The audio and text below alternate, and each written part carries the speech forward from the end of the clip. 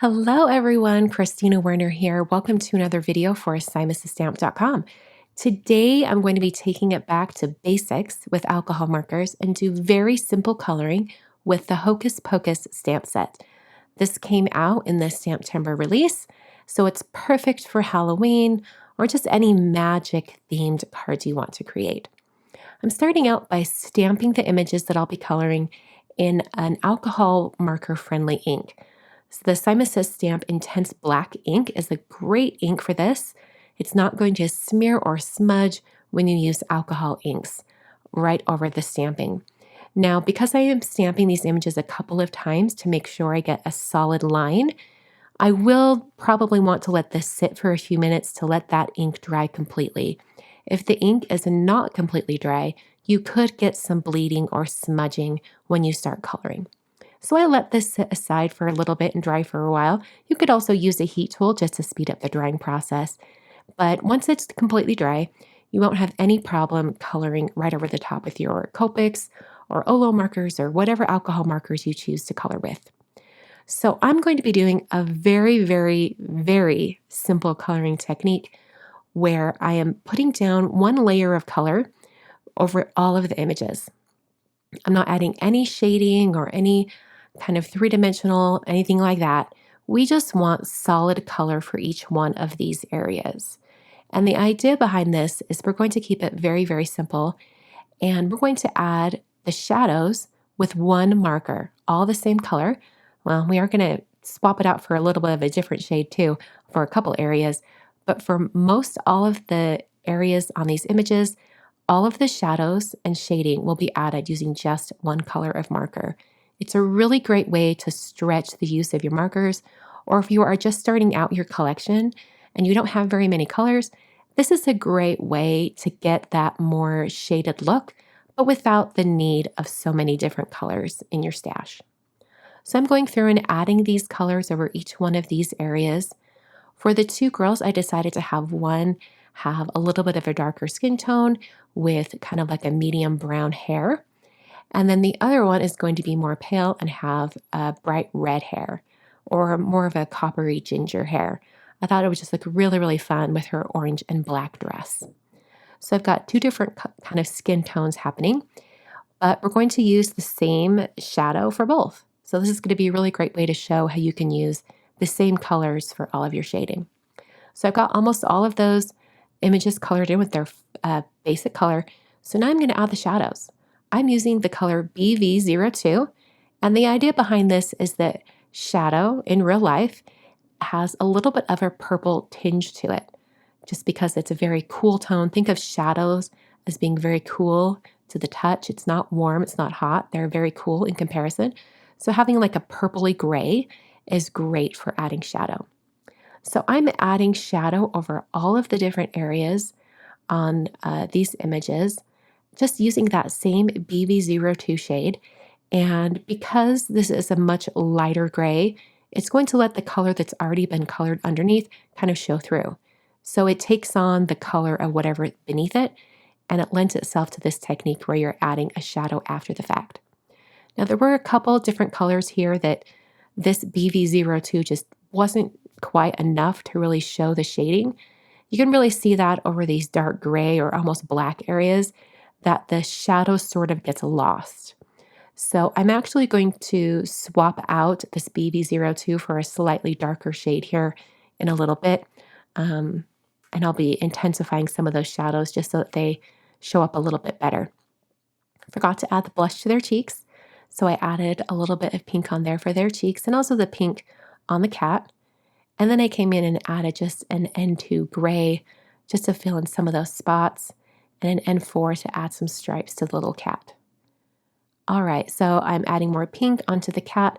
And then this is about when I realized I needed to add a few other shadows and colors in just to really intensify things. So I swapped that BV02 for a BV04, and it's going to give it an even darker purple shadow, but I think it lends itself to the darker gray on these images, just to have a little bit more of that darker shading for these areas.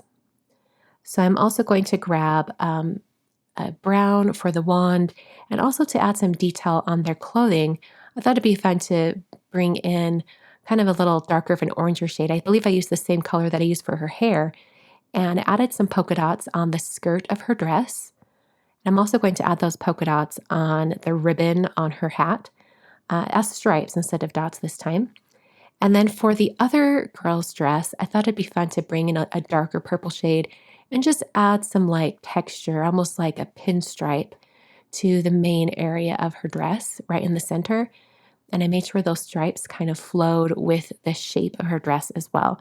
This just gives the illusion of some texture. So after all the images were colored, I used the coordinating dies to cut them all out. Now, if you don't have the dies for this set, it's a little bit of a larger set. It can be expensive. These are super easy images to cut out just with some fussy cutting as well. But I had the dies on hand, so I decided to use those and just ran that through my die cutting machine so I could cut out all of these images and then assemble them later on my card. So I popped them all out and they look absolutely perfect once they're all trimmed out. They look really great. I'm going to set these aside while I work on a background for something to go behind these images. I'm using the Circle Illusion 3D embossing folder from Spellbinders and some black cardstock from Simus's Stamp. I spritzed that cardstock pretty liberally on both sides and then ran that through my die cutting machine so I could emboss all of that. The paper was still wet, so I used my heat tool just to speed along the drying. And then I brought in some paper glaze in this nice purple shade from Picket Fence Studios. And I'm going to apply this right over the top of that black textured cardstock. And it's going to emphasize that texture and give it a kind of a spooky vibe with purple and black. I did a similar background last year around this time. I think it was for a Thanksgiving card. And with that one, I used purple cardstock and brought in a black paste. And it was a different colored paste, and it sort of emphasized the texture. But you can get a similar look by using black cardstock and putting a more opaque paste right over the top. I think it looks really great. You get kind of a very grungy sort of look when you apply it this way. I'm using a mini round blending tool. This is the flat foam, not the domed. We want it flat so that it's not going to go down into the center of those textured areas on accident. We want it to be very flat as it's applied. And I'm just rubbing that onto my project. Now, you're not going to be able to wash the paste out of the mini foam pad. It is sacrificed to the crafting gods when you do this, but I have so many of those like flat pads left over from in my ink blending years because I used to blend with the flat ones, but now I use the domed ones for ink blending. So these flat ones aren't getting much use. So this is a great way to use those. For the greeting, I stamped it onto some black cardstock, the same black cardstock I used for my background. I used an anti-static powder tool to prep that before I stamped it in white pigment ink, and then applied some alabaster embossing powder from Brutus Monroe. After that was heat set and melted and cooled off, I used a microfiber cloth to wipe away any of that excess anti-static powder tool. It's a great way to clean that up, and you can see how it wipes away all that extra powder, which allows me to then die cut my greeting that's going to go on the front of my card. I ran that through my die cutting machine, and then I have the perfect cut out greeting to go right below all of those images that I've colored and trimmed out. I adhered my background, the textured background, to a prepared card base. This is an A2 card. So I'm going to put this right on top, and because that embossed cardstock, it can shrink just a little bit when it's embossed. So I had some white cardstock peeking out on the sides. So I did take a ruler and a craft knife just to trim that up and get it so it's just perfect.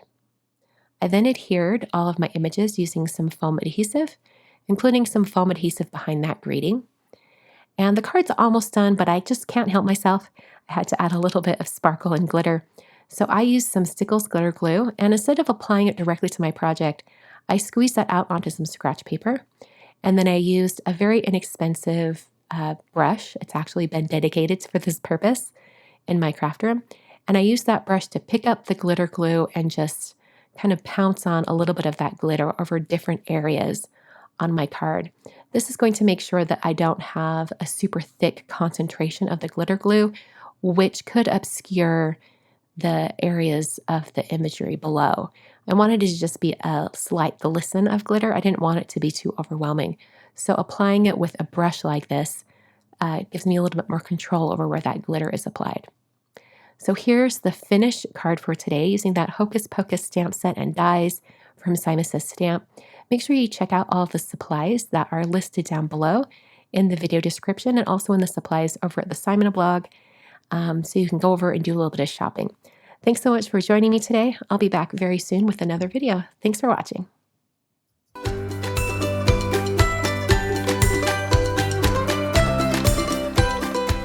Hi there, I'm Heidi, Simon's mama and founder at simonsaysstamp.com.